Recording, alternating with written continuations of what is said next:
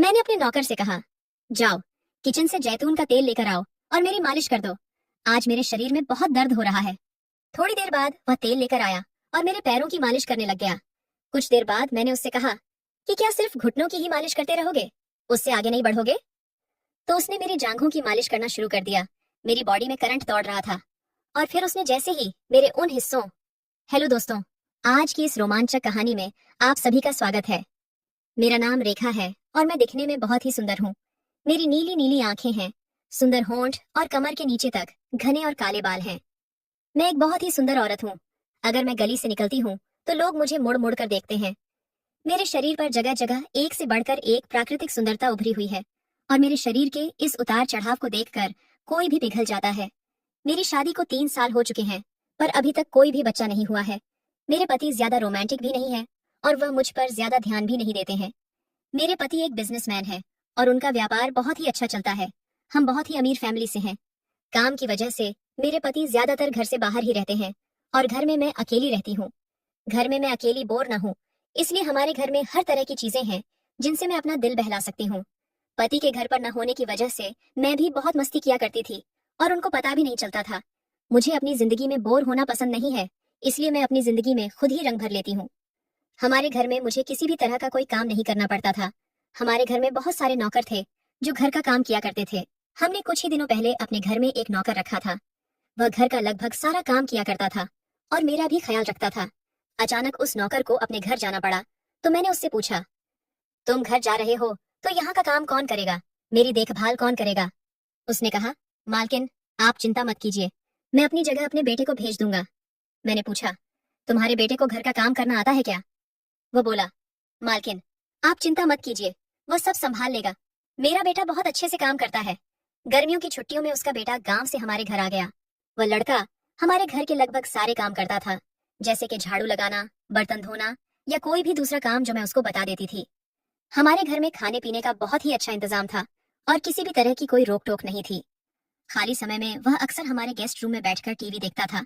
मैं भी उसको किसी बात के लिए नहीं टोकती थी, क्योंकि मुझे पता था वह बहुत ही मन लगाकर काम कर रहा है।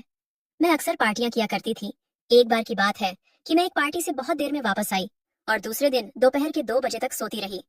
मेरे कमरे के पर्दे बंद थे, इसलिए मुझे समझ ही नहीं आ रहा था कि सुबह हो रही है या शाम हो रही है। जब मैं सोकर उठी तो मुझे हल्का हल्का सर दर्द हो रहा था, तो मैंने अपने नौकर को आवाज लगाई और उससे कहा, मुझे 1 कप चाय लाकर दो। थोड़ी देर बाद वह लड़का मेरे पास चाय की एक ट्रे लेकर आया और मेरे बेड के पास खड़ा हो गया। वह मुझे घूर घूर कर देख रहा था।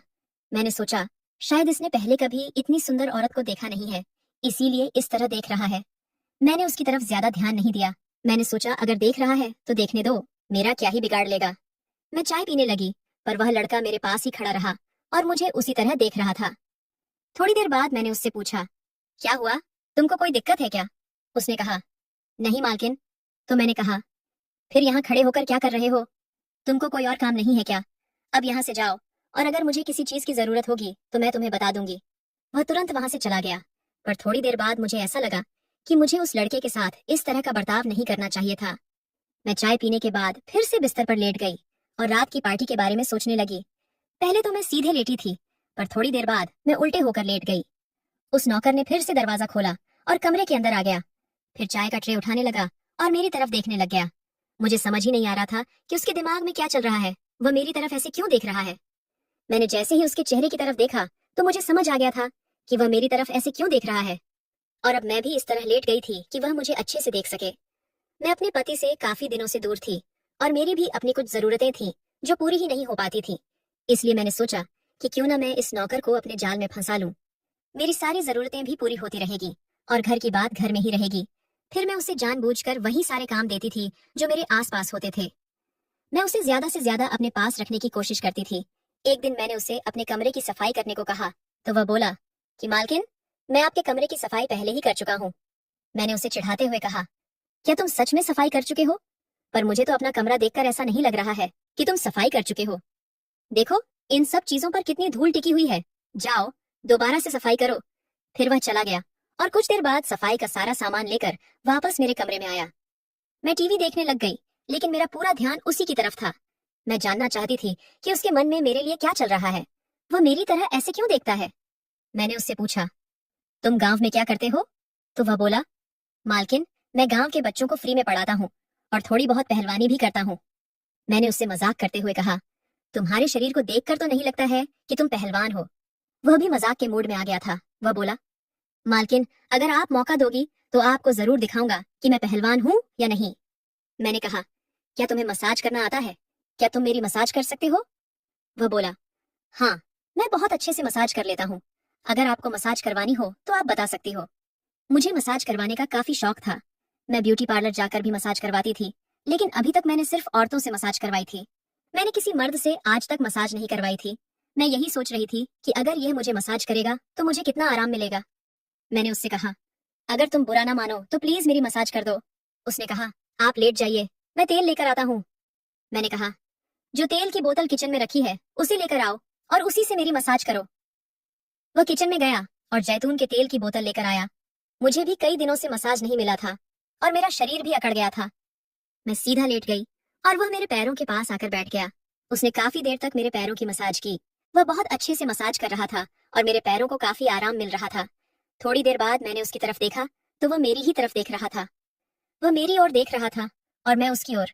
दोनों के मन में एक अजीब सी हलचल थी। मैं सोच रही थी कि मेरे शरीर की मालिश करते करते वह अपने आप पर काबू नहीं रख पाएगा और मेरा काम हो जाएगा। इतने जवान लड़के के साथ मैंने पहले कभी मसाज नहीं करवाई थी। मुझे भी थोड़ा थोड़ा अजीब सा लग रहा था, पर मुझे अच्छा भी लग रहा था। मैं सोच रही थी कि वो एक बहुत ही शरीफ सा लड़का है। क्या वह कुछ कर भी पाएगा? और वो सोच रहा था कि वह कैसे अपनी मालकिन को हाथ लगाए, और अगर उसका हाथ किसी गलत जगह लग गया तो फिर क्या होगा। कुछ देर तक हम दोनों ऐसे ही एक दूसरे को देखते रहे। थोड़ी देर बाद मैंने ही अपना पैर उठाकर उसकी गोद में रख दिया और कहा, अच्छे से मालिश करो। तुम किसी भी बात की चिंता मत करो, तुम बस मालिश पर ध्यान दो। उसने अपने हाथों में तेल लिया और धीरे धीरे मेरे पैरों की मालिश करने लगा। मैंने मजाक करते हुए कहा, क्या तुम्हारे शरीर में बस इतना ही दम है? तुम इतना हल्के हल्के मसाज क्यों कर रहे हो? उसने कहा, आप एक औरत हैं और आपका शरीर पहले से ही बहुत नरम और मुलायम है, इसलिए मैं धीरे धीरे मलिक पर रहा हूँ ताकि आपको चोट न लग जाए। मैंने कहा, तुम इस बात की चिंता मत करो और जोर जोर से मालिश करो। उसने पहले मेरी ओर हैरानी से देखा और फिर मुस्कुराने लगा। उसने अपने हाथों पर तेल लगाया और मेरे घुटनों की मसाज करने लग गया। उसकी मालिश से ऐसा लग रहा था मानो उसके हाथों में कोई जादू हो। मेरे पैरों में करंट सा दौड़ रहा था और शायद उसे भी यह महसूस हुआ होगा। मैंने कहा, क्या तुम बस घुटनों तक ही मालिश करोगे, उसके आगे नहीं जाओगे? फिर उसने अपने हाथों पर तेल लिया और मेरी जांघों की मालिश करने लग गया। जब वह मेरी जांघों की मालिश कर रहा था तो उसके हाथ मेरे उन हिस्सों को भी छू रहे थे। जब उसने मेरे उन हिस्सों को मजाक करना शुरू किया तो उसके कांपते हाथ मुझे साफ महसूस हो रहे थे। वह बहुत डरते हुए मालिश कर रहा था। उस समय मुझे ऐसा लग रहा था जैसे कि मैं 7वें आसमान पर पहुंच चुकी हूँ। मसाज करते करते 1 घंटे से ज्यादा हो चुका था। थोड़ी देर बाद वह मुझसे बोला, मालकिन, आप बहुत सुंदर हो और आप बहुत अच्छी भी हो, लेकिन आप दिल की बहुत भोली हो। कल मेरे पापा फिर से काम पर आ जाएंगे और मैं गांव वापस लौट जाऊंगा, पर मैं आपको बहुत याद करूंगा। मैं उसकी ये बात सुनकर बहुत दुखी हो गई थी। मैंने उससे कहा, तुमने मुझे पहले क्यों नहीं बताया कि तुम चले जाओगे? उसने कहा, मालकिन, मैं पहले बताकर भी क्या करता। मैं बस आपसे इतना कहना चाहता हूँ कि आप अपनी जिंदगी में खुश रहो। मैंने कभी कभी महसूस किया है कि आप बहुत उदास हो जाती हो और उसी उदासी को खत्म करने के लिए आप पार्टियों का सहारा लेती हो। आप मालिक से बात कीजिए और अपने खराब रिश्ते को सुधारने की कोशिश कीजिए। अगर आज मेरी जगह कोई और होता तो वो आपका फायदा भी उठा सकता था, पर मैंने ऐसा नहीं किया। मैं औरतों की इज्जत करता हूँ और आपकी भी उतनी ही इज्जत करता हूँ। और इतना कहकर वह चला गया। मैं उसके जाने से काफी दुखी हो गई थी, पर मैं कर भी क्या सकती थी। मैंने धीरे धीरे अपने पति के साथ रिश्ते ठीक किए। मैंने उनसे साफ साफ कह दिया था कि आप मुझे वक्त दिया करिए, मैं आपके बिना बहुत अकेली हो जाती हूँ। मेरे पति भी मेरी बात समझ चुके थे। उनको भी समझ आ गया था कि मेरी भी कुछ जरूरतें हैं जो उनको पूरी करनी चाहिए। कमेंट करके जरूर बताइएगा कि आपको ये कहानी कैसी लगी। अगर आपको ये कहानी पसंद आई हो तो इसे लाइक करें और अपने दोस्तों के साथ भी शेयर करें। आगे भी ऐसी रोमांचक कहानियों के लिए हमारे चैनल को सब्सक्राइब करें और बेल आइकन दबाना ना भूलें।